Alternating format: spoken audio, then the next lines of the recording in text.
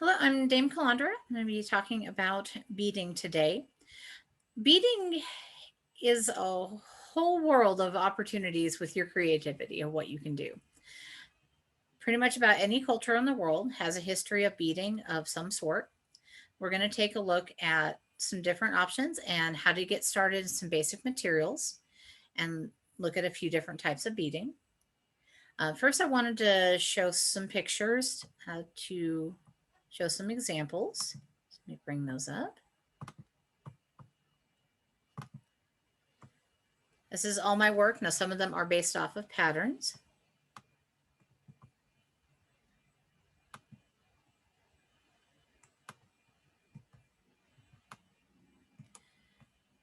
I'm just looking at some different options of what you can do. This is a very complex pattern that was pretty much based off of just looking at a picture pattern and has a lot of different steps on it. It involves some netting and other techniques and right angle weaving with it.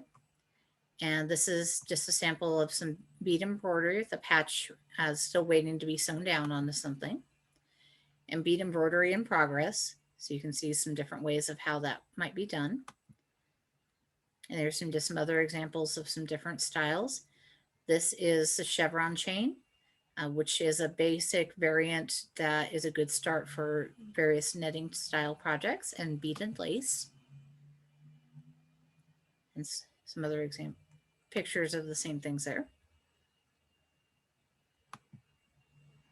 And this is another variation of starting with a chevron, but also with other various netting techniques. And this is another bead embroidery showing on a finished project. So you see the outside edge is just the beads showing there. And in progress. These beading boards can be very helpful when you're laying out your designs and trying to make sure you have things the right size and for holding your supplies. That's just more examples of things in progress. And that was a pendant. And then getting into netting and lace techniques. And this is showing this is a non-jewelry piece that can be done. This was done following a pattern that was in a magazine. And it was supposed to be a doily, but I ran out of beads. And so I stitched it down to velvet and framed it. This is before it was framed. So you see a variety of things that you can do with this here.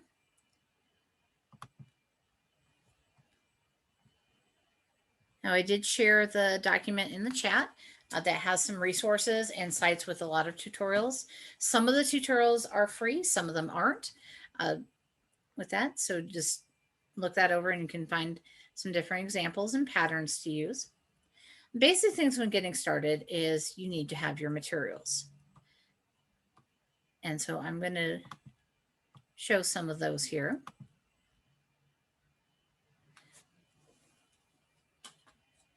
Now, the first things you need to make sure of is you need to have some sort of thread.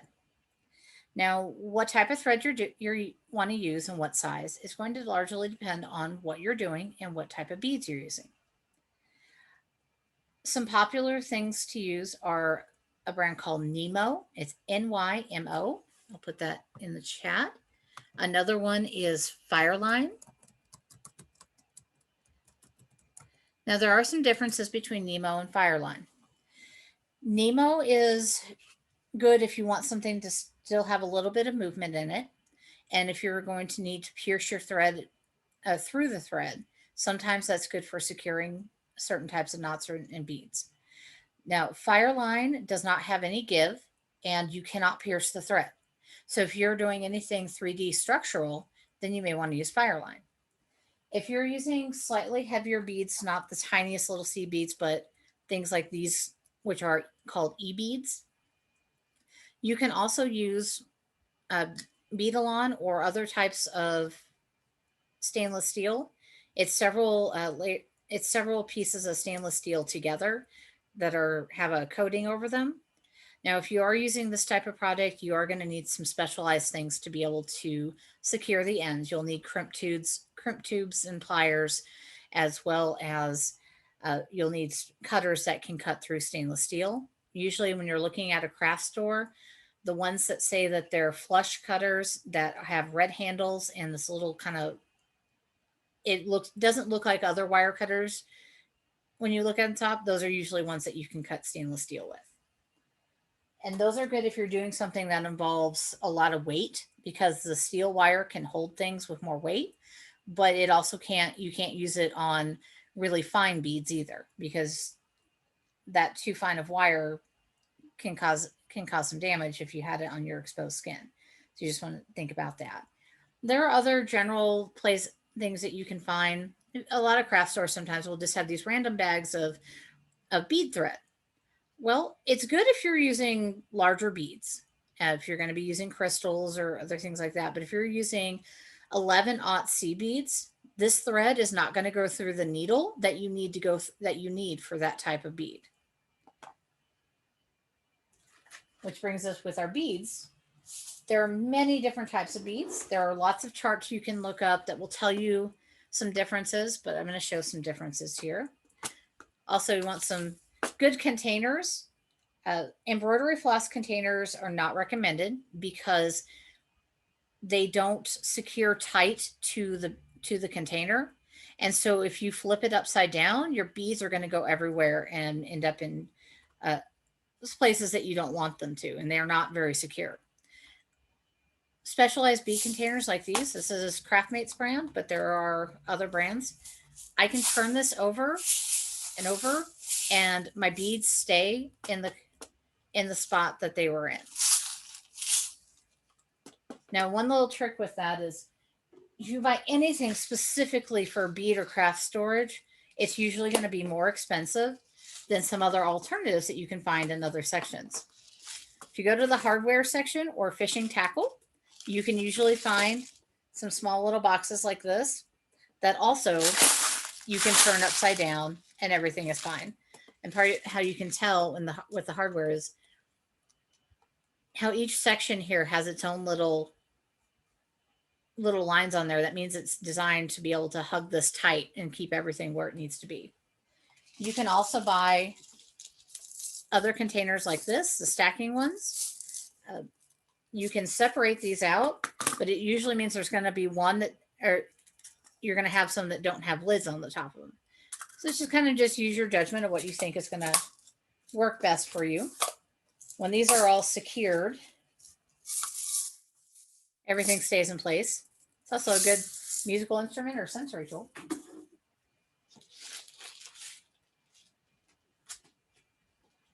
So going into storage. Now looking at some beads. If you're doing bead embroidery, seed beads are often what you're going to use. And these come in a variety of sizes. These little ones in here are, actually I was going to say they're 11/aught, but they might actually be 10. I mostly use 10 and 11/aughts. Those are 11. You can get them in 15, size 15.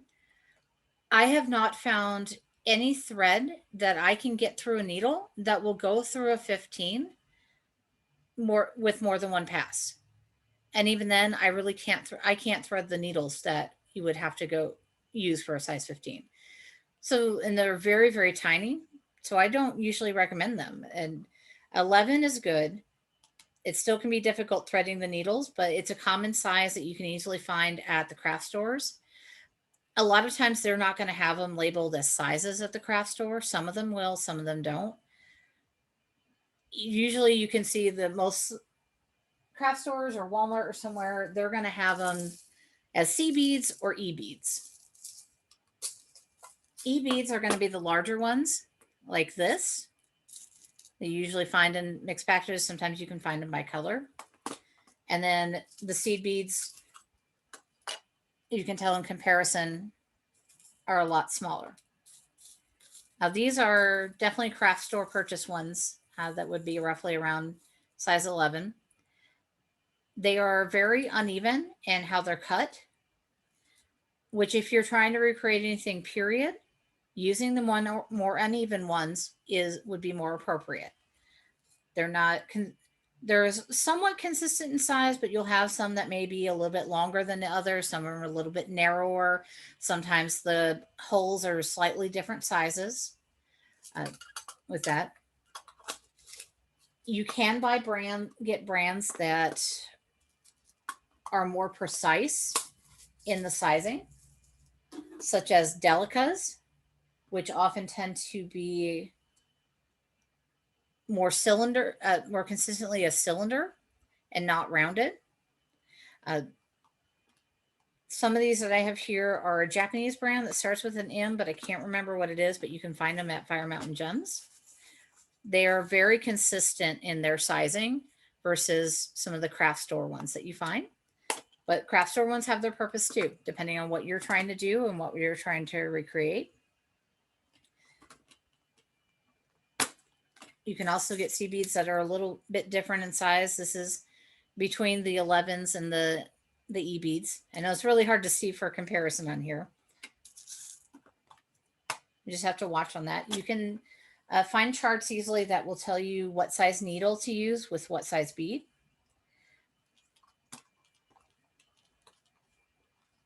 And if you have something that's talking about cylinders or bugle beads, it's where you have these they come in many different sizes.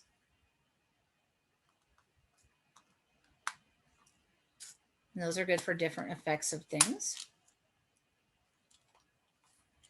And you don't just have to use the seed beads. You can use any type of bead you want. You can mix your types of beads in your projects. So different crystals, which come in many different sizes and shapes you can play around with. I like Fire Mountain Gems if you're trying to get anything in a specific color or size, or you want to have delicas or something that is going to be more even in the sizing and consistent with your beads. There are other places that you can look, like Shipwreck Beads is another good one that has all kinds of different beads and focal points that you can buy. Fire Mountain Gems does do assortable pricing. So the more that you buy, the cheaper things can get if you get up into their next range for assortable pricing. Now, so back to threads. So threads and your needles and the bead size, those things all go together. With beading needles, there are many different types of beading needles. This is just a regular needle. This one has colored ends that tells me that these are the size 10. I really like the size 10 beading needles with Nemo size D as in Delta. I can thread it. Sometimes it's a little difficult, but it most of the time can get it through. And it will go through several passes through a size 11 bead. I have size 12 needles and I have great difficulty threading them. And just for record, I am actually really good at threading needles, but it's your own personal thing of what you're able to do. But consistently for variety, I like size 10 with the Nemo size D. You can use upholstery thread. Upholstery thread will often not go through a size 10 needle. You would have to use something else. And if you're using e-beads or size 10, you still may have luck with that. It does work well if you're doing bead embroidery using the nylon upholstery thread or some of the thicker beading threads. Sometimes I have just used regular sewing thread. It depends on how much weight you're going to have on your finished piece. If you're doing a lot of layers, a lot of rows, then you don't want to use sewing thread. You do want to use Nemo or Fireline. If you're just doing something that's just going to be a single row with some light beads and you might have like one little drop down, then you may be able to get away with using some sewing thread. Recommend something that's not 100% cotton that does tend to snap. Use something that's got at least some sort of polyester in it. The ones that are the poly cotton blends, those tend to work well also. Embroidery scissors are good if you're cutting threads. So you want something sharp that's going to leave a nice clean end, because frayed ends are very difficult to get through these tiny eyes on the beading needles. It's also good to have some sort of thread conditioner. This is a beeswax that you can push the thread through to give it a little bit of coating that will help even make it more even and not tangled as much. A lot of times when you cut the beading thread, it's going to be very coiled. You can get other brands of thread conditioner. I know one I used in the past is Blue Moon. I don't know if it's still being made, but there are several others that you can get out there that are not wax, but are still some sort of thread conditioner to control the thread a little bit. As far as class, that's something that would be a personal preference on what you want to do. Pretty much anything that's a jewelry clasp, you can make work with these. You can also make your own clasp out of the beading itself. There's some different methods for doing that. There are some other types of needles that you can find. There's these ones that are look like twisted wire and have a round eye at the top. They will fit through a lot of different beads. It will actually flatten out. This that you can barely even see is this thing called a wide eye needle. I personally don't like them. They do kind of resemble some of what would be used in period with beading, a lot of times, which would be a horsehair would be used as a needle. And it does resemble that a little bit with the wire, but it's got this really big eye that opens up. But it's got this little bitty thing at the top, which makes it not go through a size 11 bead very well. And for me, it's just fiddly, and I feel like I'm going to drop it. And if I set it down, I may not see it again because it's so thin. But it's a personal preference on what you want to try to do with that.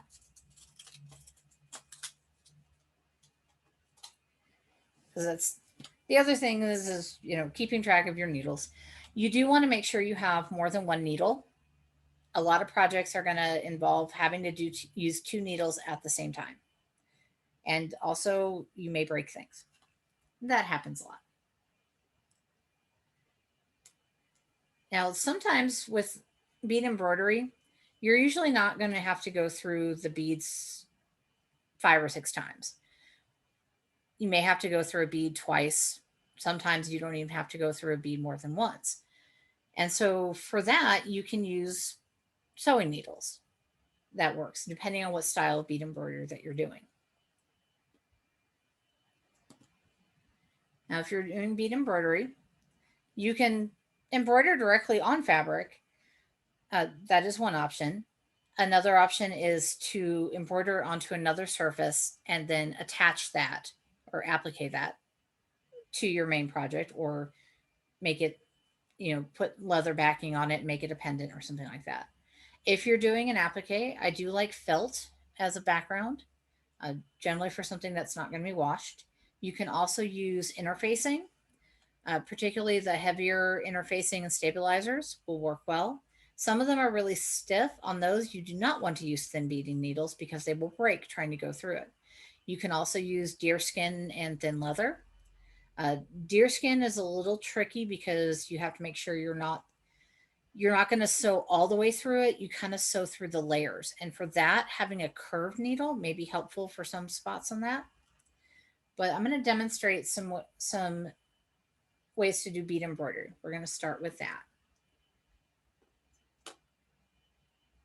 And let me find something that might be free for that. Okay.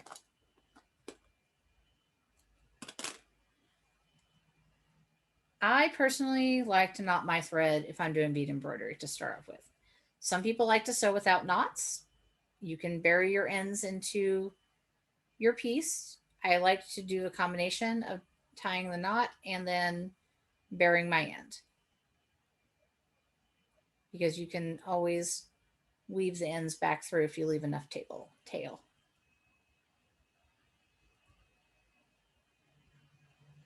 So I'm just doing some overhand knots. I do have a video on various crafting knots that can be helpful. So I am using my beading needle here, and I'm just going to demonstrate a couple methods here.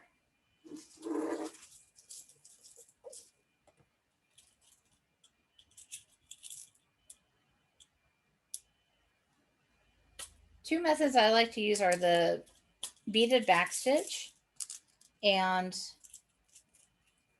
couching. So I'm going to show the beaded back stitch. There are a few different ways to do that. One is I'm going to go ahead and pick up 2 beads. Now, an easier way to do this is you don't, for some people, they try to pick up the bead and put it on the needle. You can do that, but that can be harder. A lot of times if you just put your needle down onto the bead and then use the needle to scoop it up. I am putting 2 on to start with. These are pretty large beads. So I came up from the bottom to the top, and I'm going to go down, let's see, right next to this last bead that I put on. I'm going to go down. And I already see that my thread is trying to go where I don't want it to go. It likes to do that.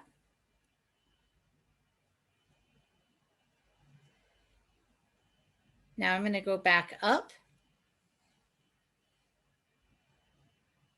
in front of, this is my first bead that I put down.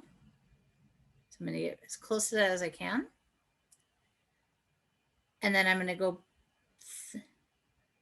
back through those 2 beads. And then I would put on 2 beads again.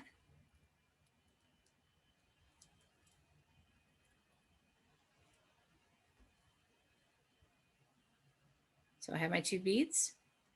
I'm going to stitch down right in front of that last bead. I realize we're dealing with really small products, so it can be hard to see. Now I'm going to go back up through the first of that second bead that I did, or right next to it, and then come back through there again.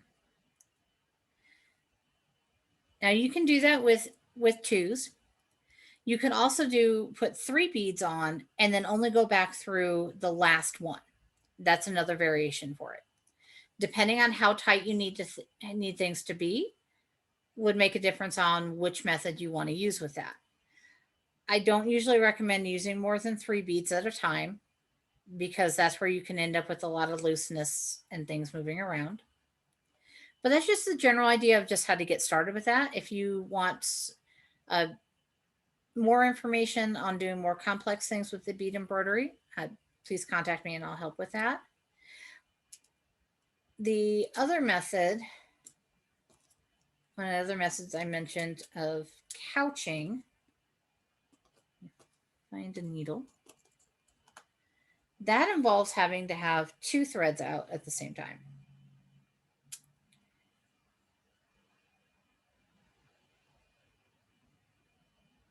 Now, ignore the fact that I have beads on one end of it. That's just, we're just going to use that as a stopper at the moment.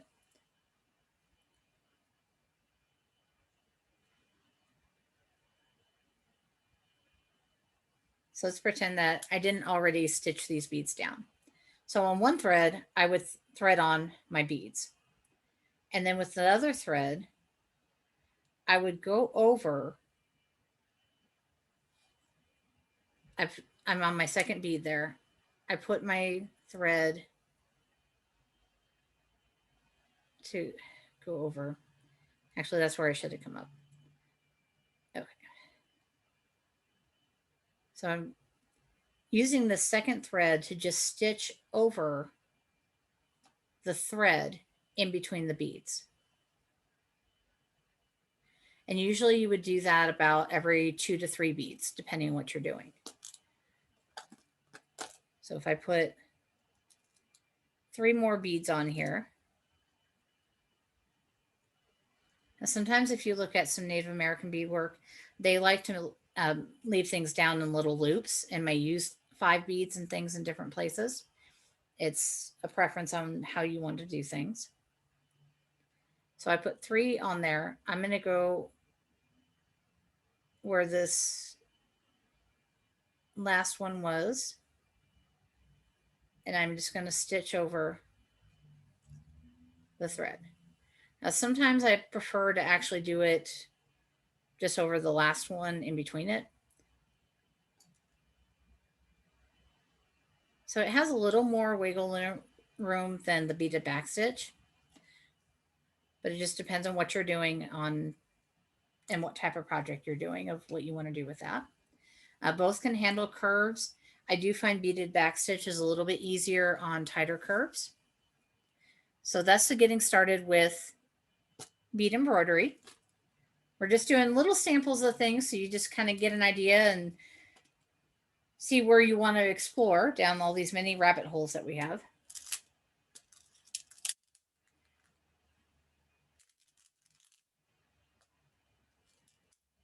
So let's talk about basics of starting with something that might be a piece of jewelry. Now you can start by attaching something to a clasp. That is one way. You can also make sure you leave your ends open so that you can attach a clasp later. There are many different clasps available and many ways to attach things. The basic way I like to start with would be a lark's head knot, but I'm going to have one end shorter than the other. And I just lay the loop over my ring for the clasp. Of course, your clasp will be much smaller and you will be using needles probably to stitch it on, but it's easier to demonstrate with this. You can just do a lark's. If you're just doing a simple thing, you could just do a lark's head. And then I like to do a couple half hitches over it. So if you do friendship bracelets, that's the knot that you use for that. But I'm making my 4. I'm crossing my short end over the long end, turning it under and pulling it up through the loop, and then pushing it up towards the top. And then repeat that again. Don't trim your ends. What you want to do is leave your short end so that you can put beads over. You want to trap that end into the necklace.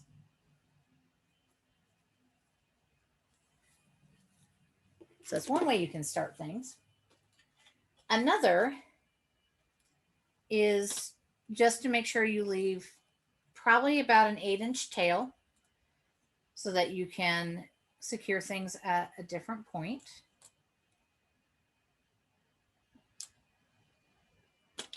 I'm trying to avoid having to thread needles, so we're going to play with what I was already using. You can thread on a stopper bead. It does not need to be a bead that's going to be part of your project. You'll be able to take it off at the end if you want to, or you can have it be the first bead in your project. It's up to you on what you want to do with that. And I'm going to thread something on that's not silver. There we go. Okay, so I picked up my bead with the needle, and I'm going to leave a tail. But how I thread the stopper bead is this is the direction that I threaded it. So I'm going to come from the opposite direction, or this is, I went from front to back. So I'm going to pull my needle around to the front of the bead again, and I'm going to pull it through. So it's making a loop on my finger there. You take it off and you see how you have, well, can't really see it, but their thread is going on the outside of the bead. I like to do that a couple times.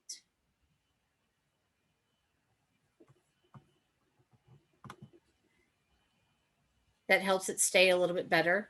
Because if you do it once, it's very easy that it may try to come out. So do that 2 or 3 times. Now, if you wanted to take that out, you could just pull these threads and you can pull it right out again. But that'll be the stopper bead instead of doing a knot. Because with a lot of beads, the bead is going to go through the knot. The knot's going to go right through it. And by doing this, by leaving the tail, that allows you to go back afterwards and add your clasp on. And then you can take your end and thread it through your piece and have it be more secure. Because one of the things I like to do is attach it to the clasp, thread it through a few beads, and then tie the knot around the thread from your piece that you're working on, and then thread that, and then take that short end and thread it back through the opposite direction that you went through the first time. That's one of the other important things when you're getting started with beading. take about 4 or 5 beads from the beads that you're wanting to use and try to pull your needle through about 4 or 5 times and see if you can. That will help you know whether you have the right size needle and thread for your project. Also, the reason why I say try with a few different beads is because some of them are uneven. And so while you might be able to get one to go through 4 times, you may not be able to get another one through. And you need to see if the one that you can get through 4 times is the odd one in your bunch of beads, or whether it's more consistent that most of them you can pass through. Now, if you're just doing a single layer, then you usually only need to be able to pass through about 3 times. Because when you're trying to knot things to the end, sometimes you may have gone through it 3 times. But if you're doing any sort of drop downs, chevron, or any lacing, it is possible that you may be trying to go through the same bead 4 or 5 times. So it just depends on what your pattern is doing. Now, I did mention talking about peyote. I'm not going to demonstrate it because it's really hard to demonstrate with this setting. I do recommend there are a lot of tutorials out there for peyote. If anybody wants me to try to go through it, we can go through it, but I'm going to show what it is. This is something that's often used in a lot of 3-dimensional, but also in complex bracelets and such. So I use the E-beads on this so that you can see the threads in between. Peyote is an offset stitch. You can do it in sets of 2 or as singles. Well, some of the links I did do include graph paper for designing your own peyote stitch patterns. The way this works is I originally threaded on 5 beads. And this up here was actually my starting point. That 5 beads was actually the first 2 rows because it goes back like that. When you put on the 3rd row, you go in. I would have threaded into every other bead to separate it. So that's trying to get it to where you can see. So when you look at the graph papers for it, you're not going to have each row next to each other. It's going to be staggered a little bit because of how you go through and kind of create this kind of a netting type thing, but it's kind of just an offset. Everything's offset from each other, but it's really fiddly to start with. And so that can be a fun thing to do, but it's good for doing 3-dimensional stuff. And people really like Fireline for peyote because it doesn't have stretch and give and will make things stay in place instead of sliding around.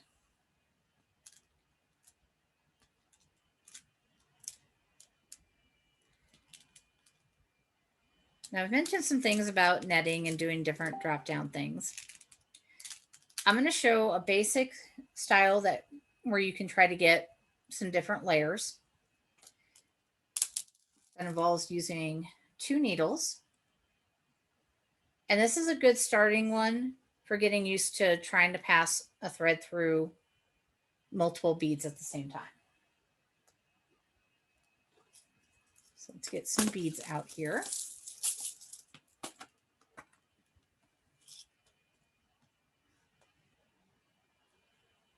Okay, so for this one, I'm going to start with, let's get this up a little bit there. I have 2 needles, I have 1 on each end.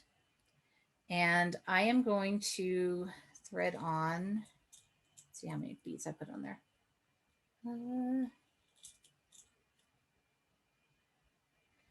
I'm going to thread on 6. So I'm just using my needle to pick those up. You can get some fancy little bead things that will separate things out for you, but I just use this method. So I've threaded on 6 beads. Now I'm going to thread on 1 of another color, and I'm putting it down on one side. This is why I want 2 needles. Let me get everything else out of the way there. because that one that was from that's on one side, I'm going to take my needle, trying to find the best way to hold this here, and I'm going to thread through the opposite direction of how my other thread is going. And we're going to pull this tight. This is sometimes called a ladder stitch when you go through one direction with one needle and the other direction with the other. And I realized that I didn't get things quite centered on my thread. So I'm going to, if that happens, you can shift things just by loosening it up a little bit and relocating it. So there we have our little loop with another color bead there in the center separate out. And you can keep doing that to make this little chain type thing. So I'm going to do another section to show what it looks like with two of them next to each other. This can look really pretty with some pearls and crystals, or using a crystal as your center bead. Lots of variety on there.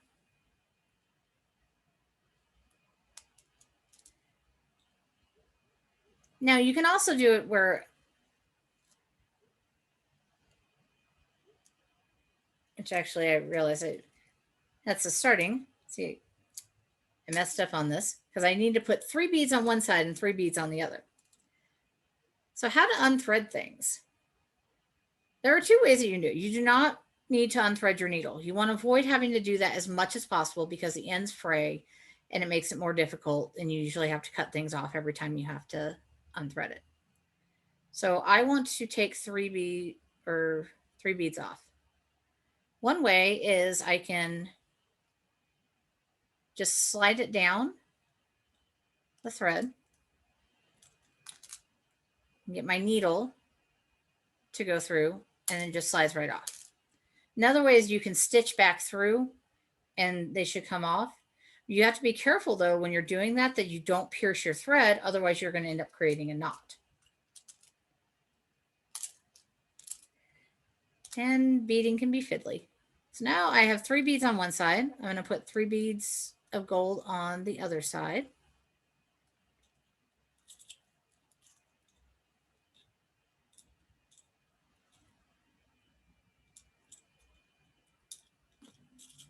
Let me try to get that in there. And now I'm going to put my gray bead on again.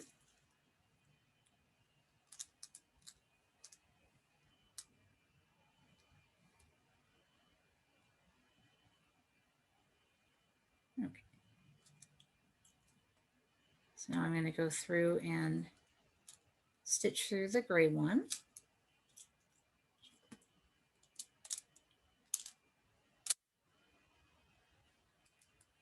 So there you have 2 little loops. And that's a good start for a lot of simple, elegant pieces that you can do. Now, you could still add on a clasp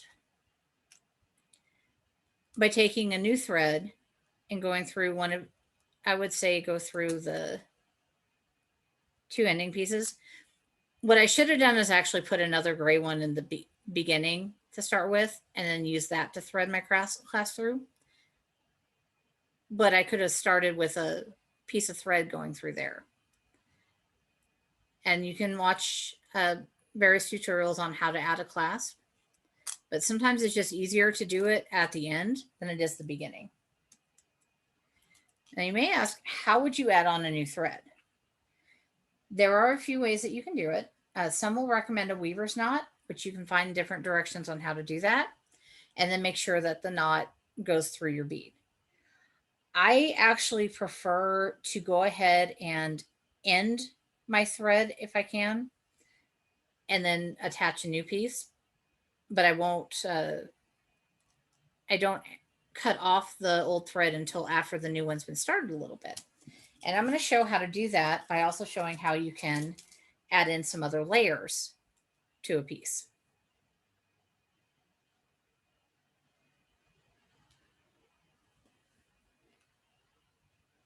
So this one, I kind of use something similar to how we did the loops by making little loops here that I just went back around.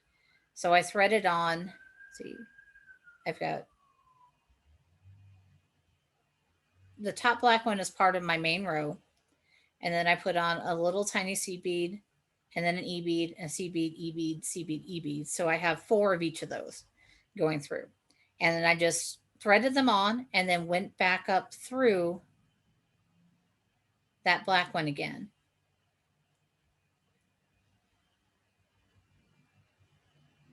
And then onto the next part. So we're going to add on a new thread.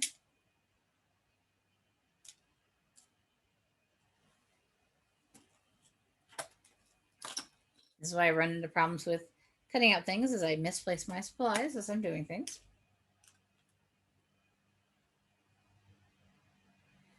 So adding on a new thread, because I'm going to end up, I want to make drops going between each of these drop down sections. And so I'm going to actually start up here on my main section of the necklace. And I am going to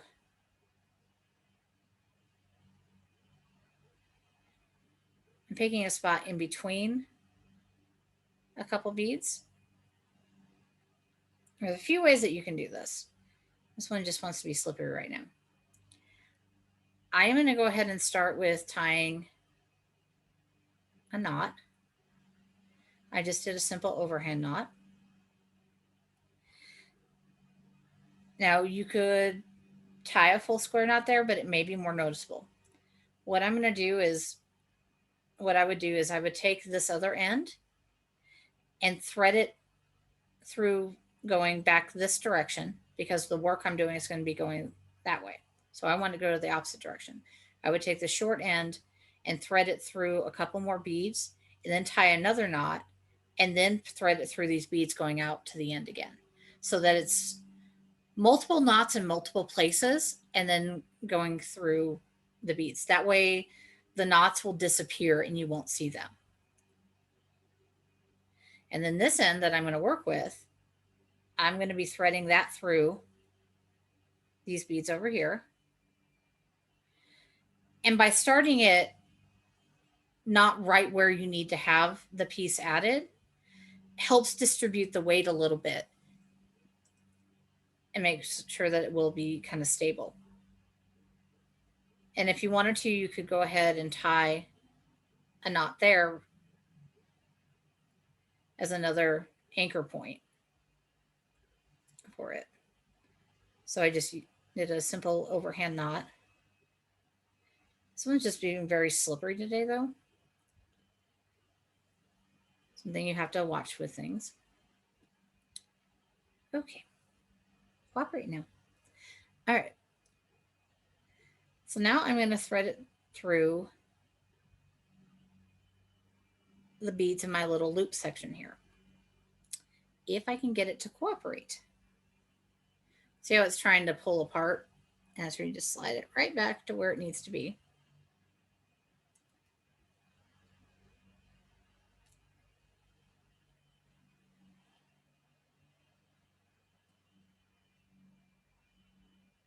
And so I'm going to thread through till I get to my center portion, which is the black bead that I have here in the center.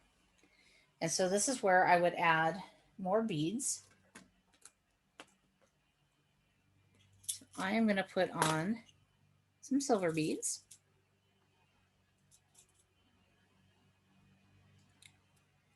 So I put down 3, and then I'm going to put down another darker one. With the drops, oftentimes odd numbers look better and works with how I'm going to do this, because I want it to make a little V. Kind of.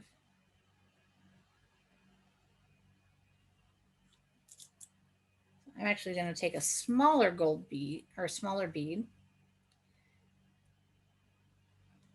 and I'm going to put it down next to this gray one that I did. And then I'm going to thread up through that dark gray one. And so it's going to make a little peak out there. Then add on 3 more of the silver beads.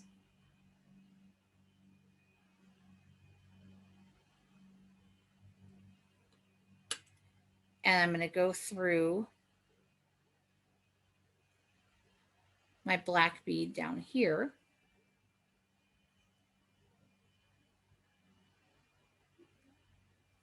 And that's how you can do some of the netting, different variations of netting and stuff like that. There will be some that'll be, you may use chevron as a base, which you actually don't thread a straight line. It's a very complex way of going in and out and weaving through different ones, and it'll form the different patterns for you. But this is another way that you can add on different droplets and create different lace effects for that. So that's where we are since we're running out of time. I'll go ahead and stop that for now. And let me go ahead and stop the recording.